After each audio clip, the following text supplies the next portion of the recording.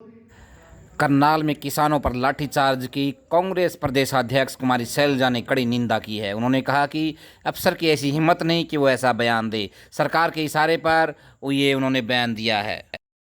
सरकार को ऐसे अफसर के खिलाफ कानूनी कार्रवाई करनी चाहिए और उसको निलंबित करना चाहिए। सरकार को चाहिए कि तीनों कृषि काले कानून वापस होने चाहिए। प्रदेश सरकार इन बिलों के खिलाफ कानून बनाए और मोदी जी को समझाए कि इन बिलों की वापसी करे।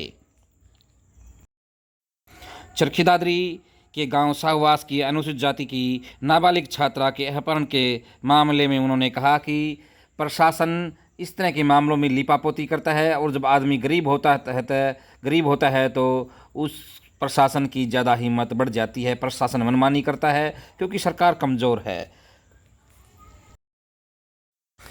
कुमारी शैलजा ने कहा कि करनाल में किसानों पर जो लाठीचार्ज हुआ है वह निंदनीय है और उनके खिलाफ वो राष्ट्रीय मानवाधिकार आयोग में जाएंगी और किसानों का लहू सड़क पर भी प्रदर्शन करेंगे। आप शुरुआत कर दीजिए कुरुक्षेत्र से, हिसार, सिरसा, जगह जगह पर ये कार्य होता रहा। अभी हाल ही में करनाल में हुआ, लेकिन यहाँ पर जो सबसे शर्मनाक बात हुई वो ये हुई है जो सारी दुनिया ने देखा कि एक आला अफसर ने किस प्रकार से, किस भावना को दर्शाते हुए अपनी फोर्स को ऑर्डर दिया था।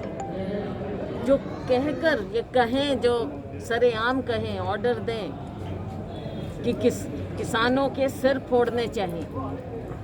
आप सोच सकते हैं कि ऐसा प्रशासन और ऐसी सरकार, क्योंकि बिना सरकारी या मैं कहूँगी जो राजनीतिक नेतृत्व है, बिना उनके निर्देश के ये कार्य नहीं होते। तो ये सरकार भी ऐसी है, इनकी भावना ऐसी है और इनकी कार्यशैली ऐसी है। अफसर के खिलाफ तो सख्त से सख्त कार्रवाई होनी ही चाहिए, उसमें कोई दो राय नहीं है। लेकिन क्यों ये बार बार होता है, इसके लिए पूरी तरह से सरकार जिम्मेवार है। खट्टर सरकार जिम्मेवार है, जो लोगों में एक और द्वेष फैला रहे हैं और दूसरी ओर बार बार इस तरह की घटनाएं हरियाणा में हो रही हैं। आप हर रोज़ जहां देखो एक और आप किसानों को ललकारते हैं और फिर दूसरी ओर बाद में उनसे समझौता करने का ढोंग करते हैं कि केस वापस ले रहे हैं, क्या कर रहे हैं, उपचार, जो भी बात। मूल बात ये है, सुप्रीम कोर्ट ने भी कहा है, राज्य सरकार को निर्देश दिया है कि इस मामले को उनको निपटाना हो। मूल बात ये है कि तीनों काले कृषि कानून ये सरकार वापस ले। हरियाणा सरकार उसके खिलाफ रेजोल्यूशन लाए, केंद्र सरकार को कहे, केंद्र सरकार इन्हीं की है, मोदी जी को समझाएं, अपने प्रधानमंत्री को समझाएं कि इस तरह से जिद से कोई भी लोकतंत्र नहीं चल सकता है। संजय जी, जिस प्रकार से बीजेपी और जेजेपी नेताओं का बहिष्कार हो रहा है, उन पर पत्थरबाजी होती है, उसको कैसे देखते, कितना जायज है? देखिए, हिंसा किसी भी प्रकार की जायज़ नहीं हो सकती, चाहे कोई भी करे। लेकिन यहाँ पर बात कुछ और है। बात यह है कि आप बार बार किसान को, मजदूर को, हमारे अन्नदाता को उकसा रहे हैं। 9 महीने से जो किसान बैठा है सड़क पर, आप उसकी बात तक नहीं सुन रहे, ढोंग भी नहीं कर रहे हैं, दिखावा नहीं कर रहे हैं उससे बातचीत करने का। तो ये स्थिति पैदा किसने की? किसान ने नहीं की, ये स्थिति पैदा इस सरकार ने की।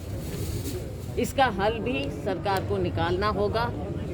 जिद पर ना अड़े, तीनों कानून वापस लें। और अभी हाल ही में आपने देखा कि इस पर एक और कहर ढाया इन्होंने किसान पर।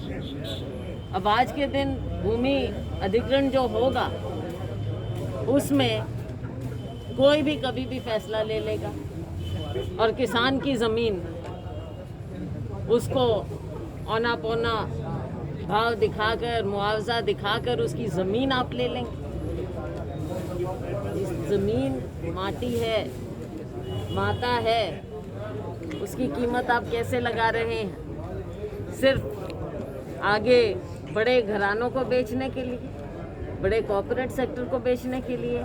अब सारे अधिकार, एक लोकतंत्र में सारे अधिकार छीन रहे हैं, अधिकारों का हनन कर रहे हैं। Congress party national human rights commission के पास जाएगी, इस बात को वहाँ भी उठाएगी और जिस भी फोरम पर उठाने की ज़रूरत होगी हम उठा रहे हैं।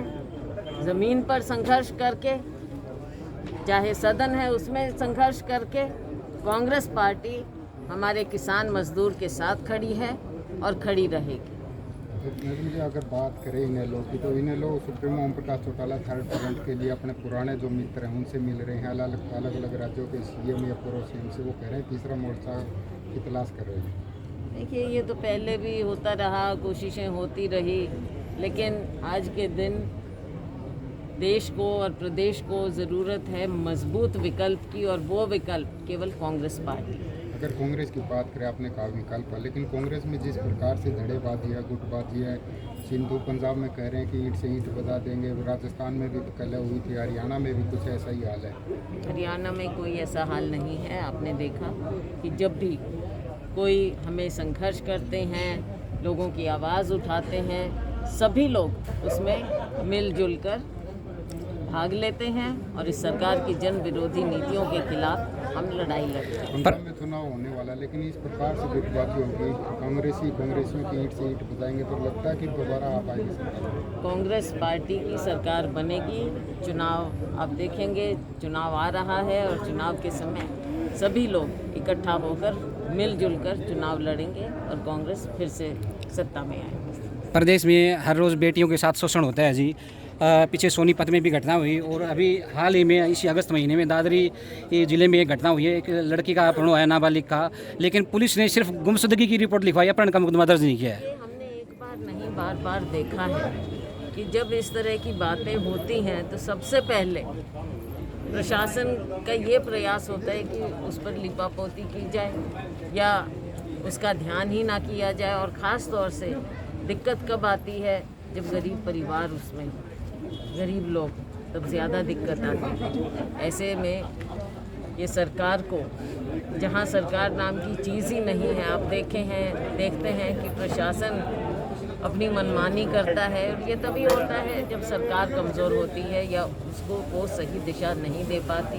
तो हरियाणा में समय आएगा, बदलाव होगा, और ये सब चीज़ें जो अपराध बढ़ रहे हैं, महिलाओं का शोषण हो रहा है, बहुत सी बातें हैं, समय आने पर ये सब ठीक होगा और ये सरकार को, भारतीय जनता पार्टी सरकार को हरियाणा की जनता उखाड़ कर फेंकेगी और कांग्रेस पार्टी की सरकार यहाँ पर। करनाल में किसानों पर जो आंदोलन हुआ है, कांग्रेस उस पर प्रदर्शन कर रही है, क्या रणनीति रहेगी जी प्रदर्शन की? हम ज़मीन पर भी प्रदर्शन कर रहे हैं और हम जहाँ हो सकता है वहाँ पर हर फोरम पर इसको लेकर जाएंगे। हम नेशनल ह्यूमन राइट्स कमीशन में भी जाएंगे, हर जगह इसका विरोध किया जाएगा और किसान मजदूर के साथ कांग्रेस खड़ी रहेगी, डटी रहेगी। धन्यवाद।